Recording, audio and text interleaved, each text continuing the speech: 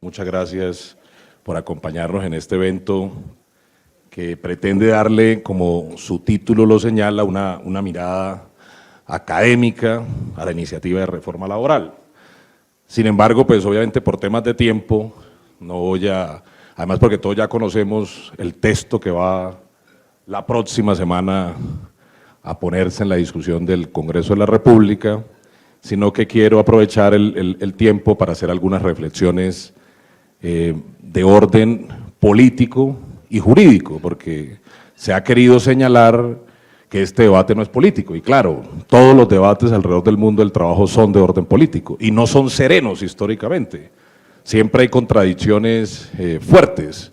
Quienes hemos estado en escenarios de negociación colectiva en la orilla que hayamos estado, saben que esos debates son fuertes, pero en el país, por ejemplo, el 80% de los conflictos colectivos del trabajo se resuelven mediante la etapa de arreglo directo, es decir que los actores del trabajo son formalmente y profundamente racionales, es decir, hablando se resuelven las diferencias. Y varias reflexiones para señalar que sin duda alguna este es un debate de orden político, porque ya tenemos 3 ponencias que se discutirán la próxima semana.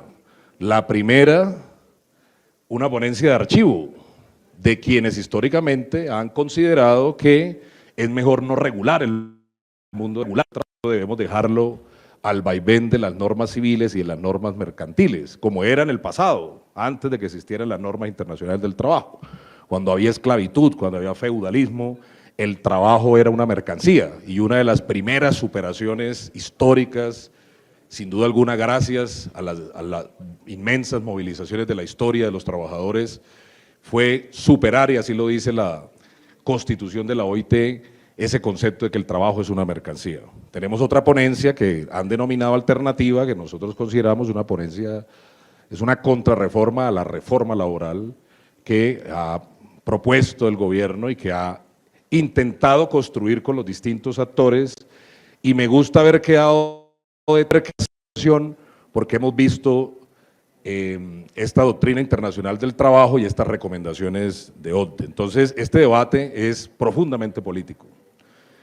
Y la próxima semana que estará en el Congreso de la República, pues como también lo ha dicho nuestro señor presidente, esta reforma irá hasta donde la clase trabajadora quiere que vaya, porque esta es una primera e histórica reforma laboral que pone en el centro de la discusión política y pública al trabajador y a la trabajadora, y sin duda alguna a la organización de trabajadores y de trabajadoras. Lo dijo el presidente el pasado lunes en uno de sus trinos, este es el gobierno de la clase trabajadora. Entonces, esto nos pone en un plano de la discusión política.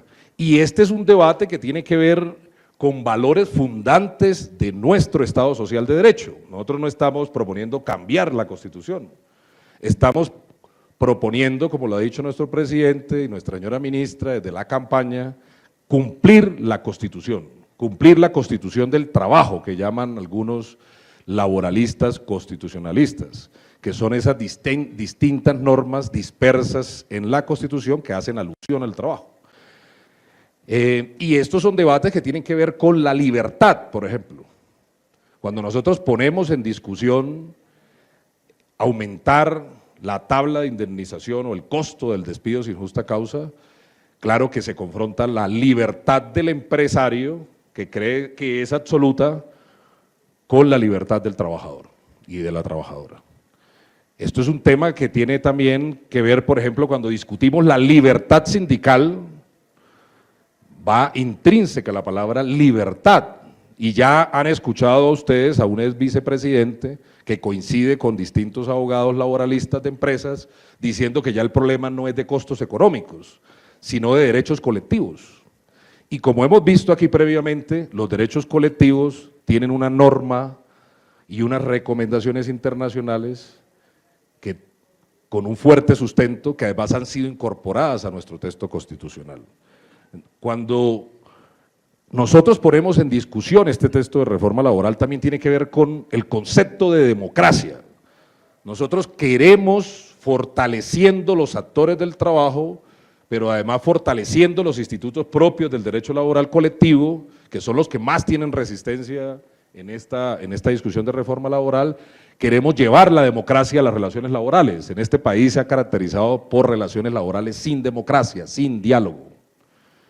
Y sin duda alguna, ampliar los niveles de negociación, como lo ha dicho aquí la OCDE, pero también nosotros tenemos ratificado el convenio 154, implica fortalecer el diálogo social en los niveles más allá del nivel de la empresa. Cuando queremos concentrar la negociación colectiva en el sector privado, como la hacemos en el sector público, queremos combatir también un fenómeno que la OCDE ha identificado como problemático para el ejercicio de la negociación, y es la dispersión sindical, la atomización sindical. Cada día hay más sindicatos en el sector privado, y eso se debe básicamente a dos razones que nosotros también intentamos corregir en nuestra reforma. Uno, el fenómeno de la inestabilidad en el empleo, que es centro de esta reforma laboral, y el otro, el de las garantías sindicales alrededor de la negociación colectiva, que nosotros queremos concentrar en el proceso o en la norma que llama unidad negocial. Iniciativa de reforma laboral, y como así se llama la presentación que me han correspondido en esta mañana, es cuáles son los fundamentos de nuestra reforma laboral y que vamos a defender con toda la firmeza, no solamente en el Congreso, sino en los medios, que además también los tenemos mayoritariamente en contra. Ya vimos en estos días recientemente el estudio que hizo La Silla Vacía sobre la calidad del trabajo de los periodistas y las periodistas del país. Hay 70% de informalidad en ese gremio. Entonces, claro, cuando nosotros estamos hablando de generar empleo, de superar los niveles de informalidad, de empoderar los actores sociales y de poner el país a hablar sobre la precariedad del trabajo, pues claro, hay resistencia. Eso es propio de una democracia, del pluralismo democrático que caracteriza este país. Pero esta reforma la vamos a defender y también queremos aprovechar la oportunidad para pedirle al movimiento sindical particularmente que defienda esta reforma. Que defienda esta reforma no solamente en las calles, en las movilizaciones, en los mítines, sino también en las redes sociales, donde hay un gran debate, que además es bonito. Para quienes nos gusta el mundo del trabajo, es bonito que en este país se esté hablando del mundo del trabajo, en un país que no habla del mundo del trabajo, a pesar de que 25 millones de colombianos y de colombianas somos trabajadores y trabajadoras. Y esta reforma laboral se funda, por favor me avanzan se funda básicamente en estos 6 ejes. Insisto, no voy a leer artículo por artículo, ni de la ponencia que ya todo el mundo conoce, que obviamente, como todos sabemos, será objeto de debate, de modificaciones, de acuerdo al trámite parlamentario, pero el primero es el cumplimiento de nuestro programa de gobierno. Nosotros prometimos, nosotros como miembros de este gobierno somos leales al programa de gobierno. Tenemos que ser leales. El presidente pide lealtad al programa de gobierno y nosotros prometimos en nuestra campaña hacer una reforma laboral. Entonces, en este país, lo dijo nuestro presidente en este mismo escenario, en este mismo hotel hace algunos meses, estamos tan acostumbrados a que no se cumpla lo que se promete, que cuando presentamos la iniciativa de reforma laboral hubo una sorpresa colectiva que además está acompañada con mucha desinformación técnica que se convierte en desinformación mediática, porque ahorita que escuchaba tanto las recomendaciones y los convenios internacionales de OIT como las recomendaciones de OCDE, decía, todo eso está en nuestra reforma laboral, porque nuestra iniciativa de reforma laboral no partió de cero, más de 3.000 propuestas recibimos, más de 50 foros hicimos, más de 150 reuniones sostuvimos. Y miren que en el marco de 23 encuentros temáticos regionales y en el marco de 32 subcomisiones departamentales de concertación, el principal tema de importancia para la ciudadanía trabajadora es la estabilidad en el empleo. Y cuando nosotros ponemos en el centro de la discusión la estabilidad en el empleo, no estamos hablando más nada distinto a lo que está en el artículo 53 de la Constitución. El artículo 53 de la Constitución dice que el Congreso tiene que desarrollar el principio de estabilidad en el empleo, pero nos dicen entonces que esa es una aspiración en desuso, que ya nadie quiere un trabajo estable. Esa es todavía la doctrina neoliberal que cursa en la narrativa de la discusión pública. Y aun cuando sale esa teoría por un lado, la Americana de Derechos Humanos emite 2 sentencias concluyendo que la estabilidad en el empleo es un derecho humano autónomo. Es decir, el futuro del trabajo, como lo señala la Declaración del Centenario de la OIT, es con derechos, no es despojando derechos. Esa es la modernidad. Regresar al pasado es quitarle derechos al mundo del trabajo y acabar el derecho del trabajo. Y por eso esta discusión, como ya lo mencionaba inicialmente, es una discusión eminentemente política, profundamente política. Entonces nosotros prometimos hacer una reforma laboral que presentamos, cuyo texto presentamos el pasado 16 de marzo, como es de público conocimiento, cuya ponencia para primer debate pudimos sortear la semana anterior y que esperamos que la próxima semana empiecen estos debates alrededor del trabajo, que insisto, es importante acompañarlo desde la academia, desde el movimiento sindical, dentro de los centros de pensamiento, sin duda alguna dentro de los sectores empresariales, porque pues, nosotros queremos un debate democrático, un debate plural, amplio, pero nuestra iniciativa de reforma laboral, como ya lo mencioné, inicialmente está fundamentada en cumplir una promesa de campaña que a su vez está sustentada en un artículo de la Constitución, que es el segundo fundamento de nuestra reforma, el artículo 53, que obliga, que exhorta, que invita, que ordena al Congreso de la República expedir un estatuto del trabajo con unos principios mínimos, que a su vez no, valga la precisión, no es una ley estatutaria, lo han dicho distintos doctrinantes y lo ha dicho distinta jurisprudencia, es una ley o distintas leyes que desarrollen estos principios que son mínimos además, que están consagrados en el artículo 5, que como no ha habido ese desarrollo, es decir, lo que la jurisprudencia llama, ha habido una omisión legislativa absoluta por más de 3 décadas, pues ha sido llenada por la jurisprudencia, tanto de la Corte Constitucional, de la Corte Suprema, del Consejo de Estado, e incluso por los actores sociales en desarrollo de la negociación colectiva. Pero ya es hora de poner en el debate público para el país en la necesidad de cumplir el artículo 53 de la Constitución. El tercer eje es el objetivo número 8 de desarrollo sostenible de la ONU, que en coherencia, que en concordancia con los tratados internacionales en materia del trabajo, las normas internacionales del trabajo, ha señalado que uno de los objetivos para superar la pobreza, el hambre en el mundo, es la necesidad de dar trabajo decente.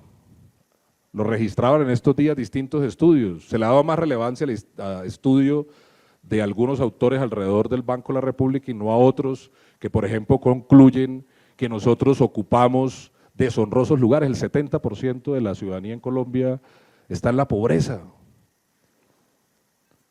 Ya lo mencionó también aquí nuestra señora ministra, los niveles históricamente de desempleo, de informalidad, que no se han solucionado por la vía de precarizar derechos. La misma Organización Internacional del Trabajo reconoce que existen en el mundo 2 doctrinas económicas obviamente antagónicas, porque la economía al final está sustentada en una decisión de orden político. Una que dice precarizar derechos y abaratar costos genera empleo y disminuye informalidad, y la otra que dice hay que incidir en la demanda agregada a través de generar la estabilidad laboral, de dar mejores derechos, de mejorar los ingresos de las familias trabajadoras. Y esta primera teoría que mencioné es la que han intentado toda la doctrina neoliberal, no solamente en Colombia, en el mundo, y que ha demostrado que ha fracasado. Es momento, como lo ha señalado nuestro presidente, que además es economista, de intentar una fórmula distinta, de intentar un momento distinto, porque además, como también lo ha dicho el presidente, el cambio no es retórico, el cambio tiene que materializarse en decisiones de orden político. El cuarto fundamento de nuestra reforma tiene que ver con lo que vimos aquí anteriormente, cumplimiento de nuestras recomendaciones internacionales. Entonces se ha abierto un debate público interesante de por sí, que además es histórico. ¿Las recomendaciones internacionales son obligatorias o no para los gobiernos, para los estados? Históricamente los gobiernos han dicho que no. ha entrado la Corte Constitucional, el Consejo de Estado e incluso recientemente la jurisprudencia de la Corte Suprema de Justicia a decir, sí señor, son obligatorios. Son obligatorios y además la Comisión de Expertos, por ejemplo, hace una lectura autorizada de los convenios internacionales del trabajo. Y por eso la Comisión de Expertos, que aquí como ya se señaló, ha recomendado, solo por mencionar una de ellas, que se eliminen, que se modifiquen los efectos adversos de los huelguistas cuando una huelga es declarada ilegal. Numeral segundo, artículo 450. Históricamente ha hecho esa recomendación.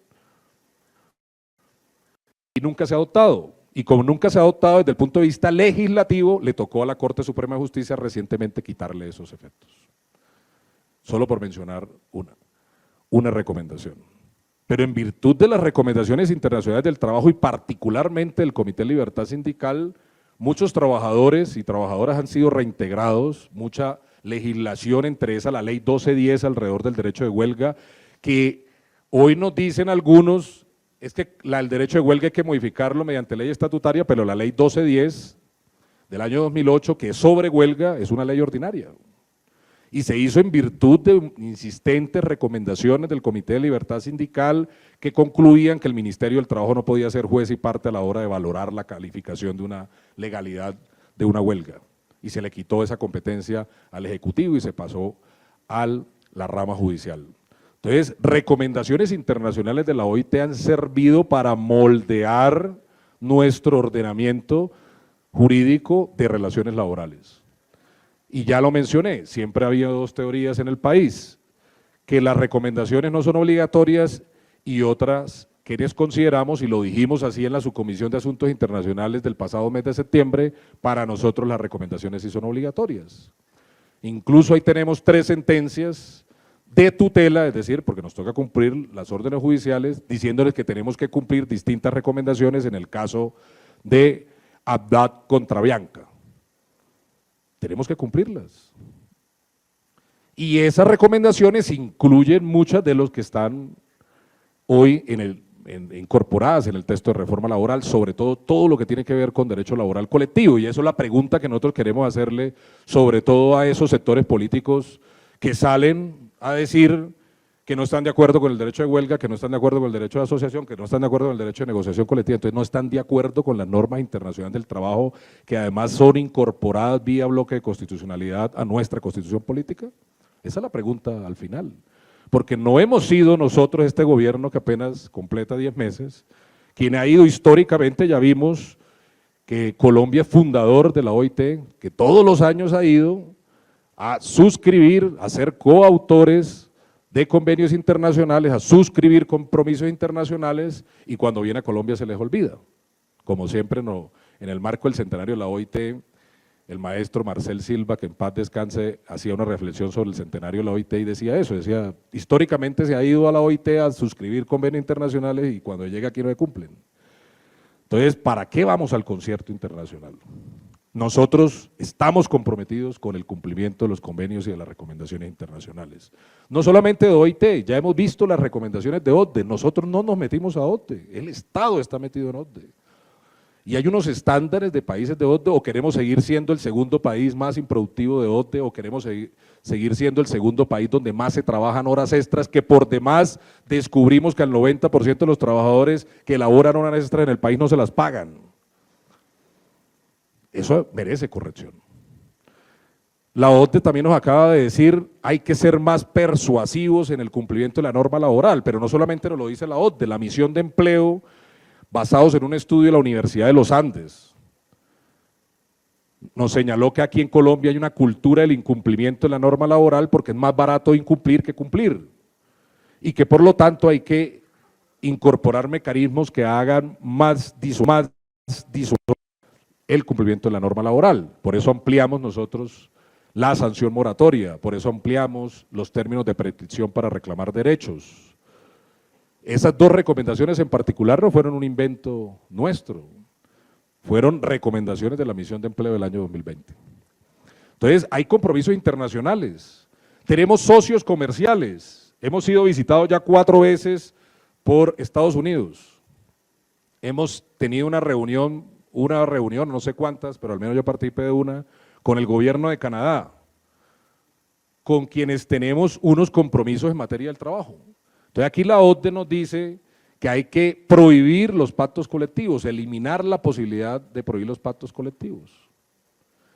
El gobierno de Canadá nos dice lo mismo. La OIT ha dicho, donde hay sindicatos, nosotros incluimos la medida porque consideramos como gobierno, además con una experiencia y una lectura empírica y estudios que así lo demuestran, que solo por mencionar esta figura, que ha sido utilizada para que no nazcan sindicatos, para que se acaben organizaciones sindicales o se impida el crecimiento de las existentes. Por eso la medida que está consagrada allí. En los tratados internacionales también tenemos recomendaciones en materia de derecho de huelga, que ya las mencionó aquí Berlí de OCDE, pero también las señalaron alrededor de la Organización Internacional del Trabajo, y todos sabemos que alrededor del derecho de huelga hay un debate mundial desde hace algunos años, pero hoy la Comisión de Expertos de OIT, que por fortuna tiene hoy un miembro colombiano, que ratifica porque hubo conclusiones y hubo una declaración hace poquito de distintas organizaciones de derechos humanos donde reconocen el nivel de derechos humanos laborales de los derechos en el trabajo. La Comisión de Expertos lleva 60 años diciendo que el derecho de huelga es un derecho indisociable del Convenio 87, que es un convenio fundamental del que nosotros, así no lo tuviéramos suscrito, pues tuviéramos la obligación de estarlo cumpliendo. Entonces, compromisos internacionales, eso así están en distintas normas de nuestra reforma. Ya lo mencionaron también aquí. Si nosotros, esta reforma se convierte en ley de la República, hemos cumplido varias recomendaciones de OIT, varias recomendaciones de OCDE, y nos ponemos en los estándares mundiales. El quinto fundamento son los cambios en el mundo del trabajo, y quizá nos quedamos cortos, pueden tener razón quienes han señalado eso, pero queremos empezar por ponernos a torno con ese debate mundial alrededor del trabajo de plataformas de reparto. No es un debate solamente en Colombia, es un debate mundial.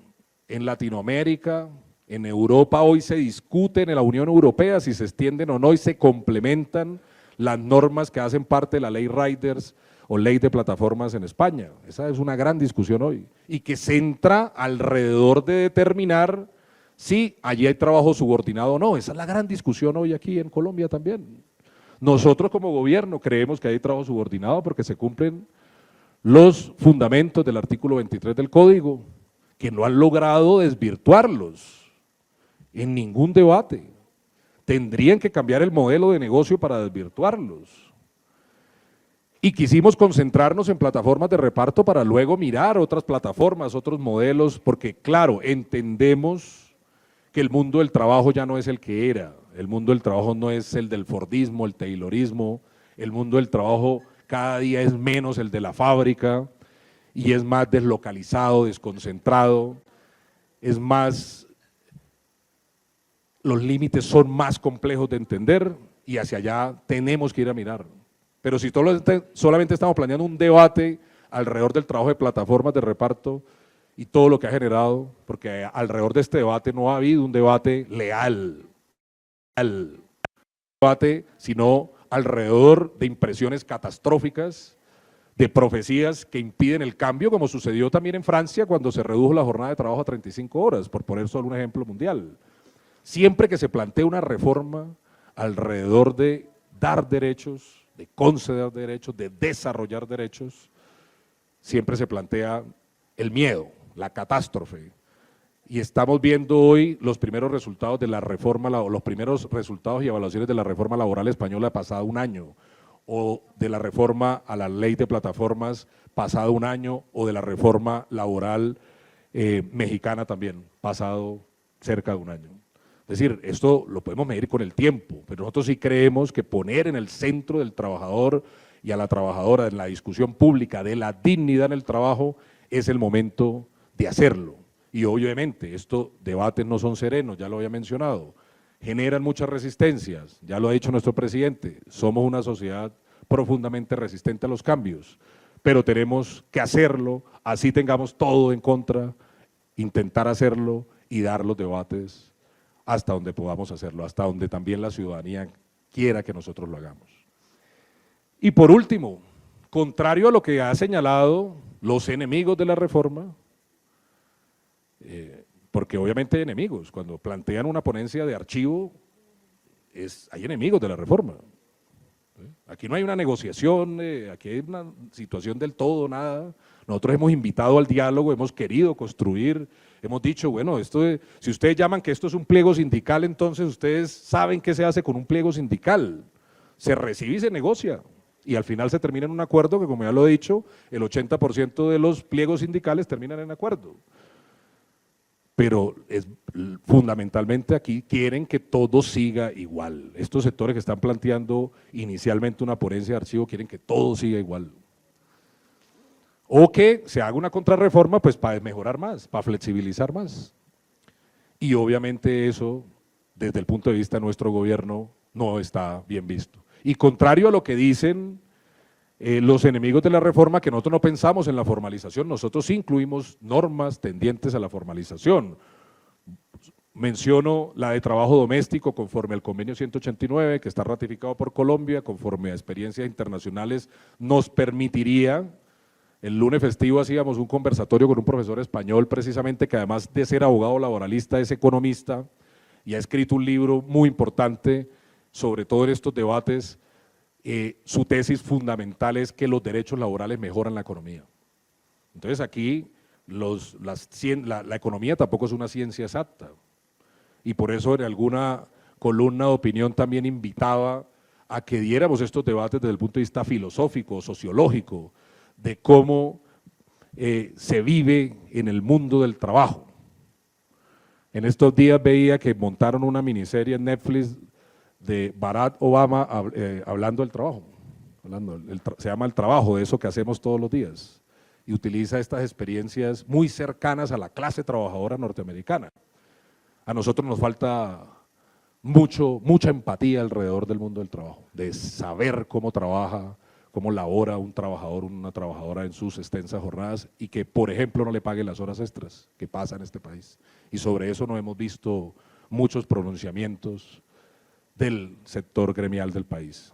Nuestra reforma laboral sí piensa en la formalización. Si nos vea, desde el año 2015 Rappi existe aquí en este país, fue fundada aquí, y hoy dice que tienen 150.000, 80.000, bueno, ahí hay varias cifras porque no son ni claros los datos, pero todos nosotros vía impuestos hemos subsidiado su seguridad social, la seguridad social que ellos están obligados a pagarle a los trabajadores, así sean independientes, suponiendo que esa teoría de ellos de que son trabajadores independientes, pues debía haber un pago a la seguridad social, porque la seguridad social es lo mínimo que debe tener un trabajador, subordinado o no subordinado.